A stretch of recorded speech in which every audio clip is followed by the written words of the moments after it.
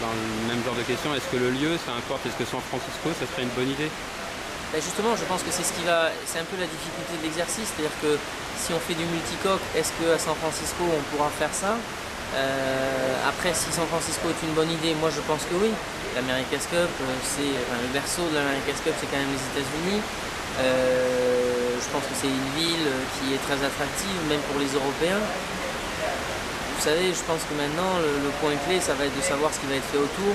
Qu'est-ce qu'on va faire pour médiatiser l'événement et le rendre accessible au grand public? C'est la question fondamentale. Alors je ne dis pas qu'il faut faire ça n'importe où, mais San Francisco c'est une grande ville, tout le monde peut y aller, c'est les États-Unis, il y a du vent, c'est un écrin naturel qui forcément, je pense, a des atouts.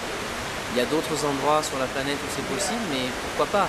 Mais après, effectivement, quand et avec quel type de bateau, ça aura aussi une influence, je pense. Je voudrais savoir, au niveau calendrier, il semblerait que les inscriptions, ça soit à la fin de cette année et que ça se termine au bout de 2-3 mois, je crois. C'est assez court comme date d'inscription. Est-ce que ça, c'est un problème ou c'est...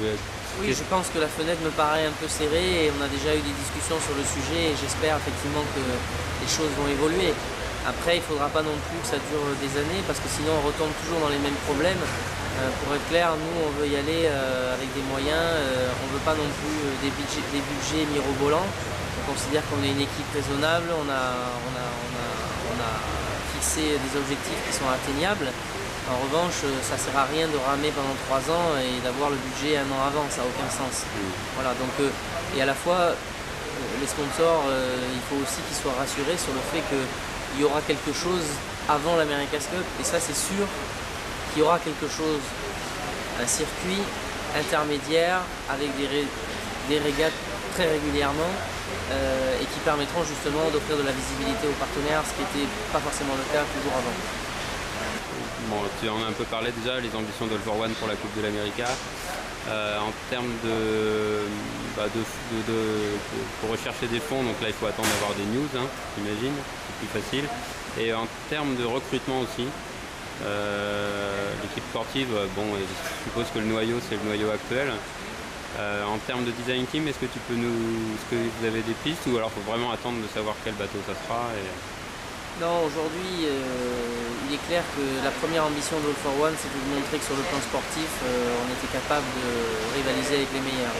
Après, comme je le disais, pour moi, Emirates New Zealand reste le benchmark, parce que je trouve que c'est toujours une équipe qui a fonctionné avec des budgets raisonnables et qui a obtenu des résultats.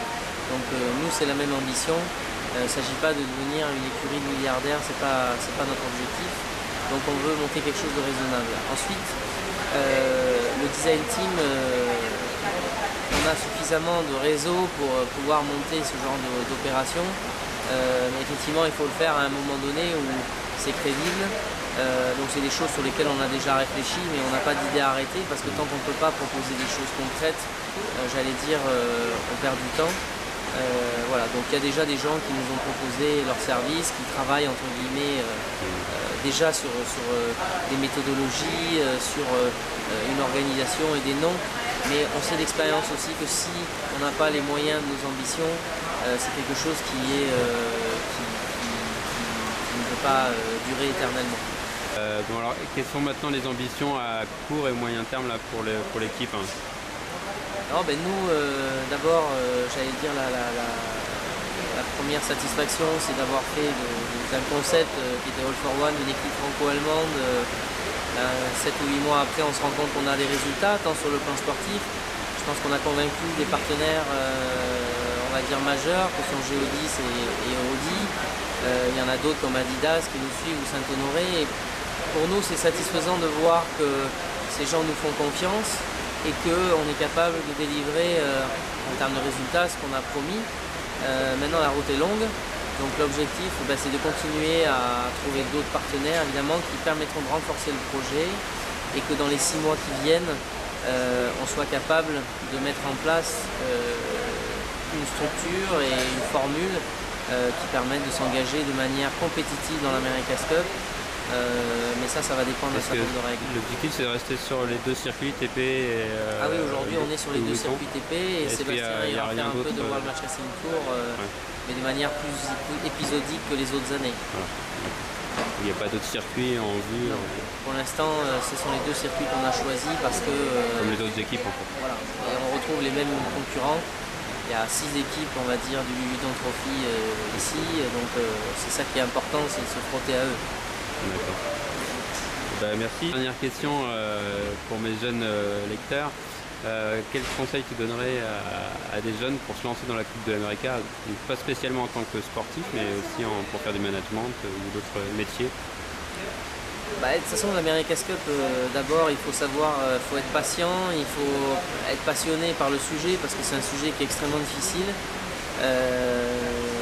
Donc je pense que voilà, le fait de s'accrocher et d'être motivé par cet événement-là implique aussi de passer par tout un tas d'autres étapes intermédiaires sur des plus petits projets pour à terme arriver dans l'America's Cup.